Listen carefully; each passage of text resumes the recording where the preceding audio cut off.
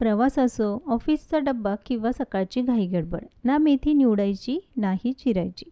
फक्त कणकेत पाणी घाला, पीठ मळलं की तयार आहे 5 मिनिटात हा खमंग खुसखुशीत असा पराठा. आज आपण मेथीच्या पराठ्याचं प्रीमिक्स बघणार आहोत. हे प्रीमिक्स बनवायला खूप सोपं आहे. घरातल्या उपलब्ध साहित्यात तयार होतं आणि तुम्ही हे महिनाभर खाऊ शकता. जेव्हा पराठा बनवायचा तेव्हा फक्त कणिक मळायची आणि पराठा तयार. मग चला बनवूया रेसिपी. तर हे प्रीमिक्स बनवण्यासाठी मी गव्हाचं पीठ घेतलं आहे. तुम्हाला हवं असेल तर मल्टीग्रेन आटासुद्धा वापरू शकता. वजनी प्रमाणात 500 ग्राम म्हणजे अर्धा किलो आणि कपाने मोजून घेतलं तर 4 कप गव्हाचं पीठ घेतलेलं आहे. कपानेही मोजून घ्या किंवा मग एखादी वाटी ग्लास जे प्रमाण तुम्हाला योग्य वाटेल त्याने पीठ मोजून घेऊ शकता. मोठ्या प्रमाणात हे प्रीमिक्स तयार करून तुम्ही याचा व्यवसायसुद्धा करू शकता. गव्हाच्या पिठामध्ये 1 चमचा हळद, 2 चमचे धने जिरे पावडर, 2 चमचे लाल तिखट घालायचं. लाल तिखट थोडंसं तिखट असल्यामुळे मी कमी वापरलं. तुम्हाला हवं तर अजून वापरू शकता.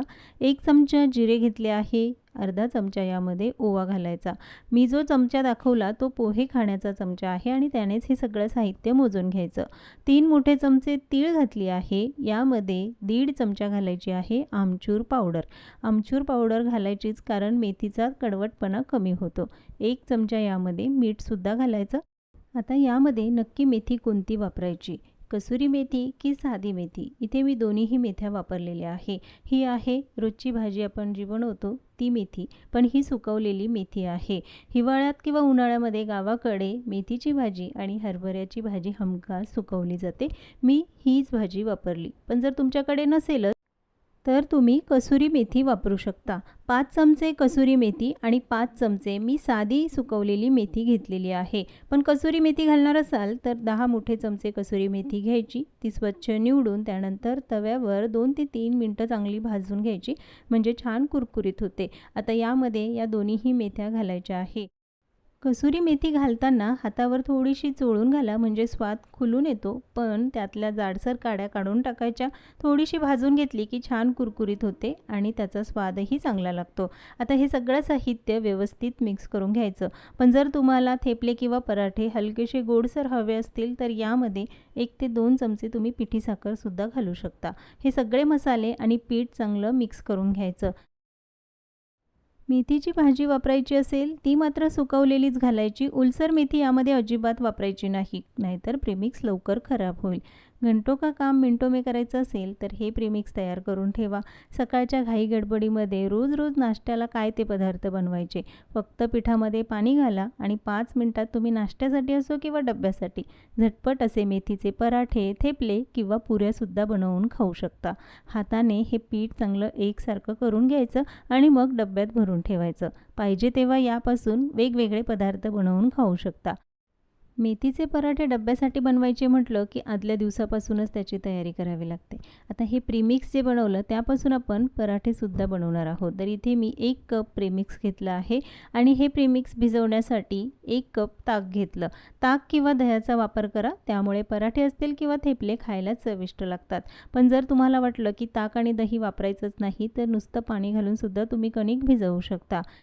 1 कप प्रीमिक्स होतं त्यासाठी पाऊण कप ताक वापरलं आहे. पण जर तुम्ही दही वापरणार असाल तर पाव कप दही घ्यायचं आणि राहिलेलं पाणी घालून मग यामध्ये ही कणिक भिजवायची थोडीशी सैलसर.